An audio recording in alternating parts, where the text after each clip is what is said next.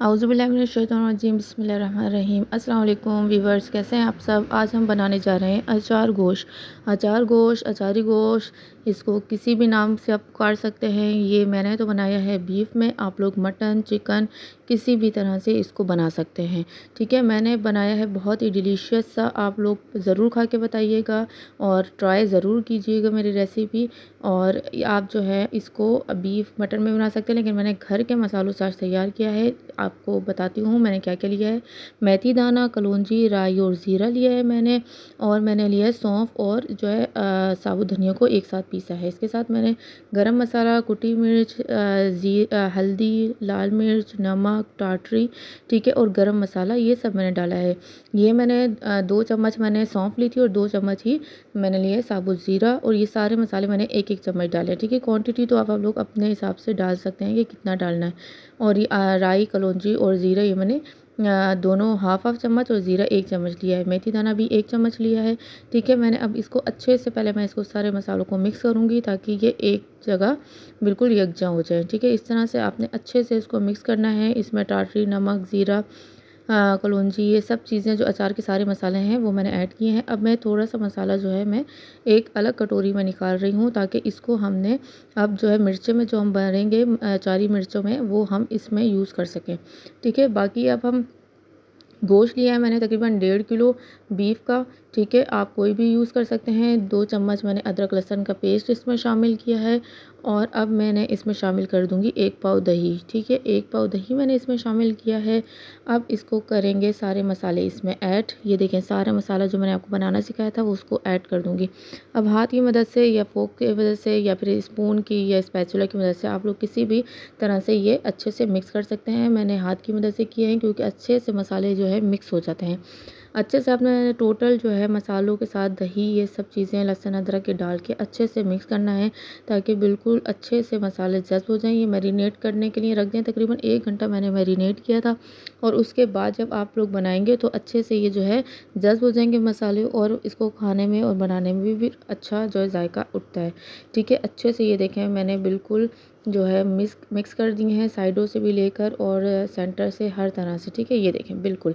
अब हम क्या करते हैं कि एक पैन ले लेते हैं, उसमें मैंने ऑयल डाल दिया है। ऑयल में शामिल करूँगी तकरीबन 1 कप के करीब ऑयल है। उसके अंदर पिसे हुए टमाटर मैंने लिए हैं 6 से 7।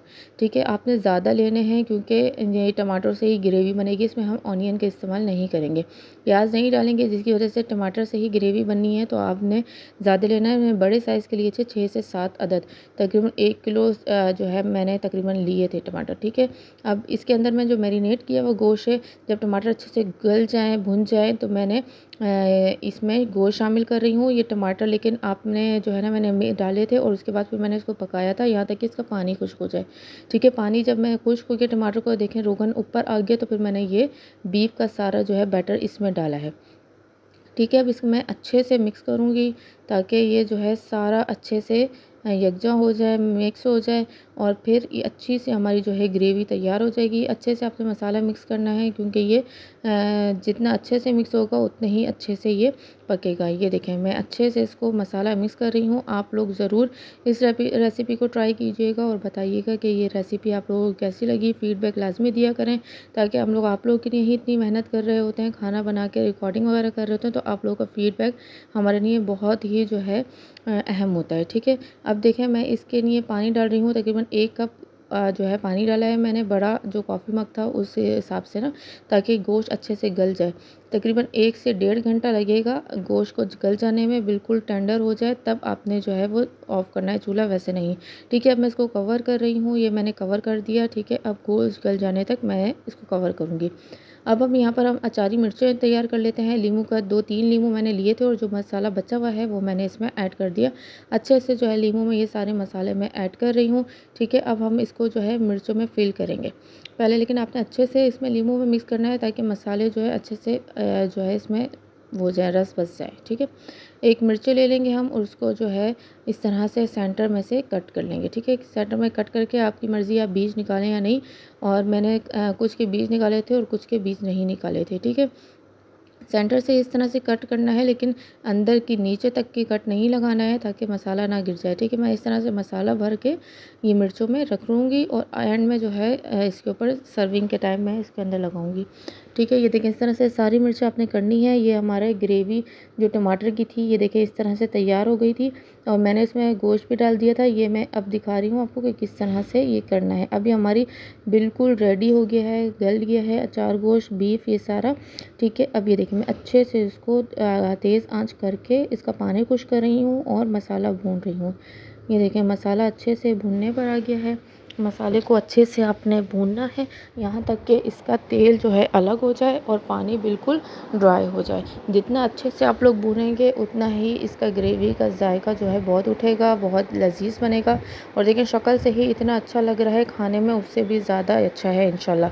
आप लोग इस रेसिपी ट्राई कीजिएगा, बहुत ही पसंद आएगी इंशाल्लाह आप लोगों को रेसिपी ये देखें कितना प्यारा लुक आया है। ये सारी मिर्चें मैंने रेडी कर ली है। अब इन सारी मिर्चों को मैं ऊपर से रख दूँगी। ठीक है, एक एक करके मैं सारी मिर्चें रख रही हूँ।